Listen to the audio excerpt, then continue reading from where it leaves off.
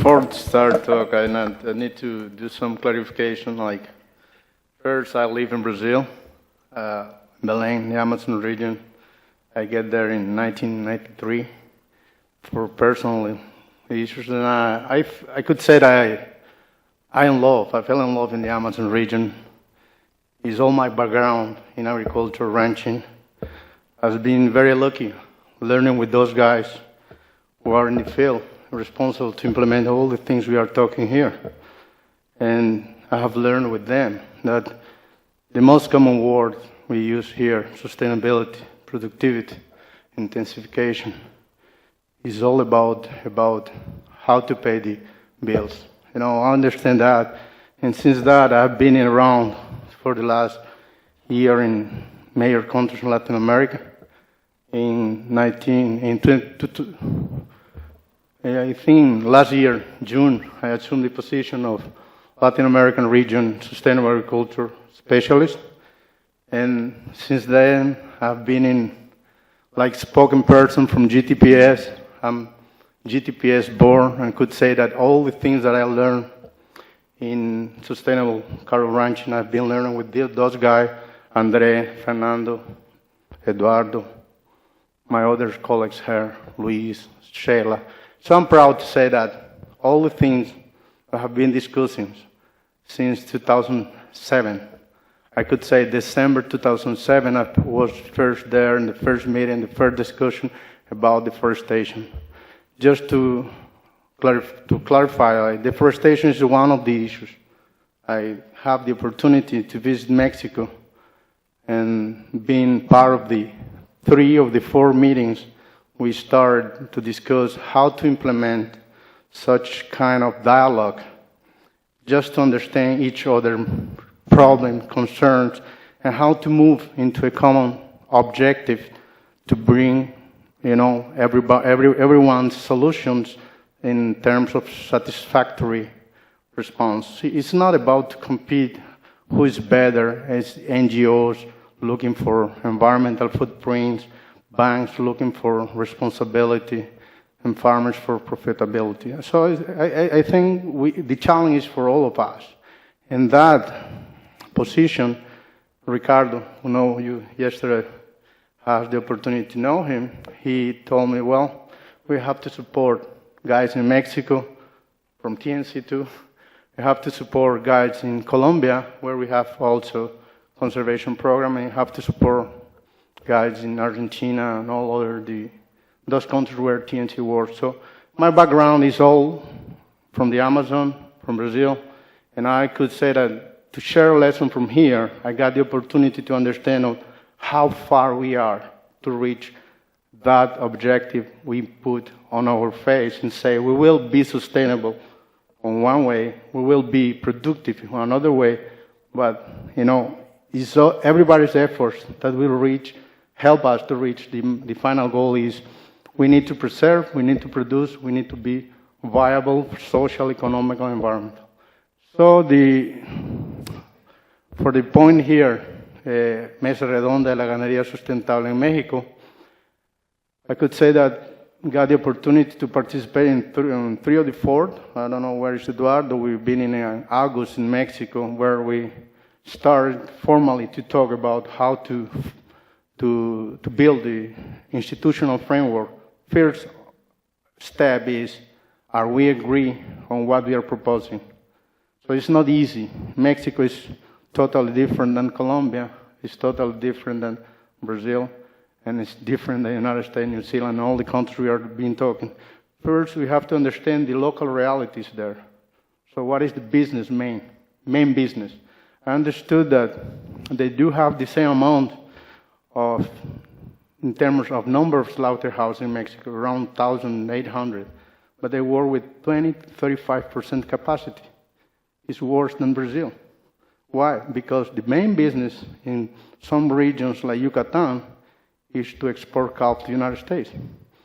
So it is the kilogram of calf is better than the kilogram to be sold to the slaughterhouse. It's different reality.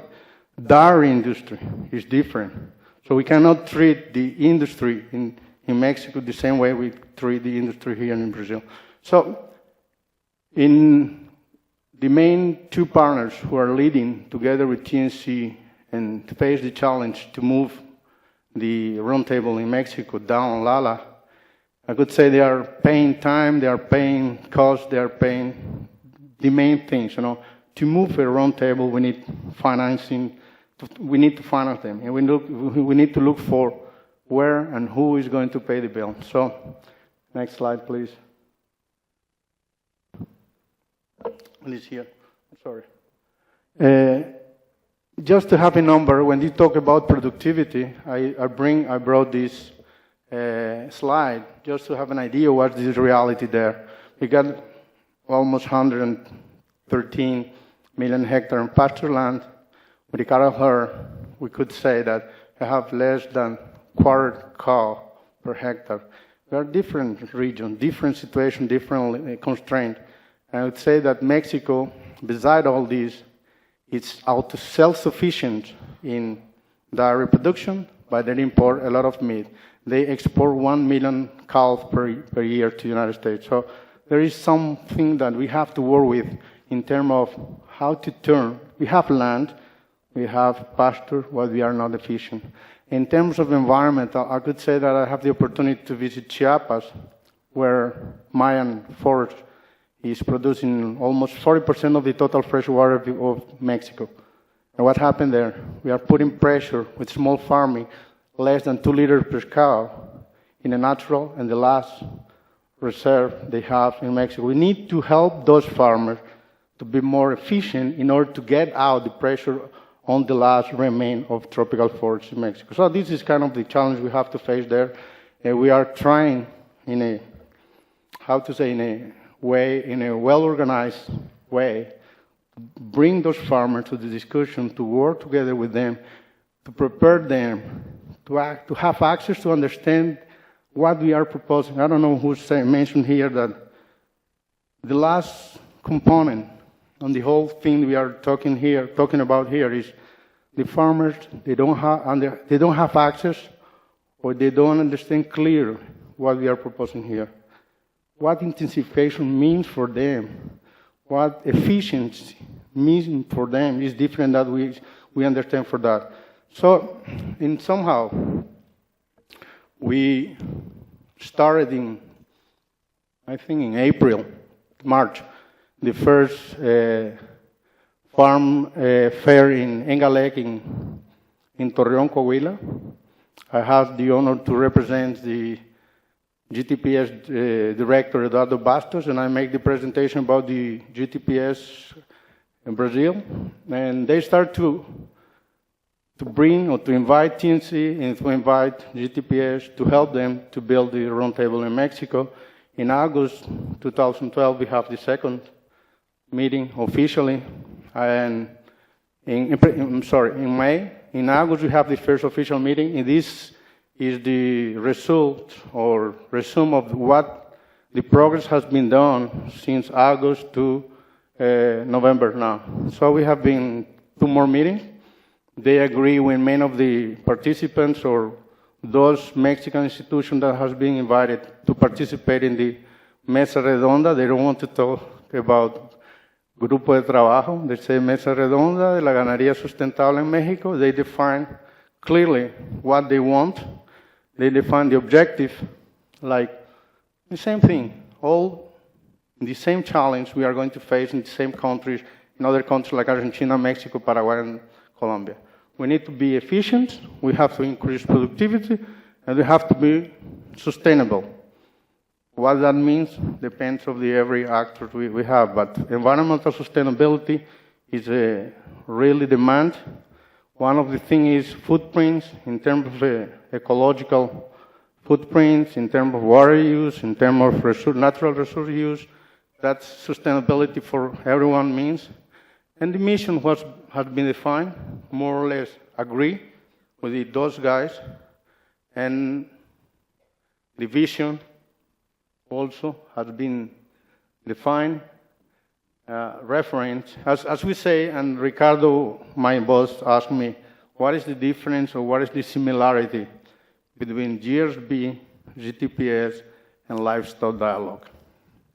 We have the same objective, we have the same purpose, but we have different partners and different actors participating. Live dialogue that have been in Cali is more like public sector, it's more like food security oriented, it's more like regional and country agreement. Here we have private sectors, different stakeholders in the private sector with one different or similar objective. Anyway, that's the proposal division of the Mexican. And that's kind of agenda that has been developing during the last 2-3 months that I haven't participated because I have different,